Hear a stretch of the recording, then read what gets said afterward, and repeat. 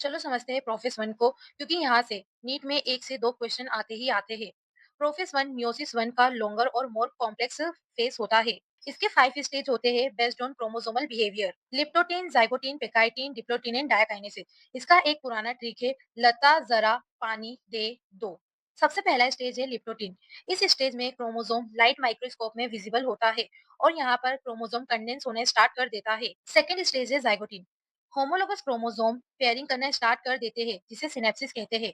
यहाँ पर complex structure का फॉर्मेशन होता है, जिसे सिनेप्टोनिमल कॉम्प्लेक्स कहते हैं।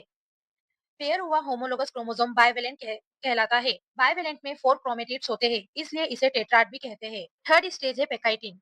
यहाँ पर होमोलोगस क्रोमोसोम के नॉन सिस्टर क्रोमेटिड्स के बीच में क्रॉसिंग ओवर होता है। क्रॉसिंग ओवर की साइट पर रिकॉम्बिनेशन नोड्यूल्स अपीयर होता है और रिकॉम्बिनेंस एंजाइम की हेल्प से जेनेटिक मटेरियल एक्सचेंज होता है।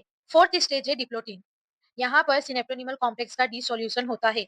बाइवेलेंट सेपरेट होने लग जाते हैं accept at the site of crossing over.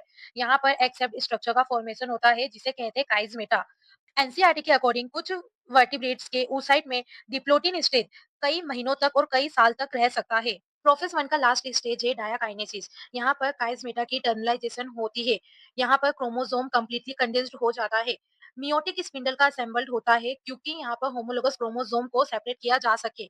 इस स्टेज के एंड में न्यूक्लियोलस डिसअपियर होता है और साथ में न्यूक्लियर एनवेलोप का ब्रेक डाउन भी होता है। अब सेल मेटाफेज वन के लिए रेडी हो जाता है। ट्रिक फटाफट कमेंट करो और चैनल को फॉलो भी कर लो।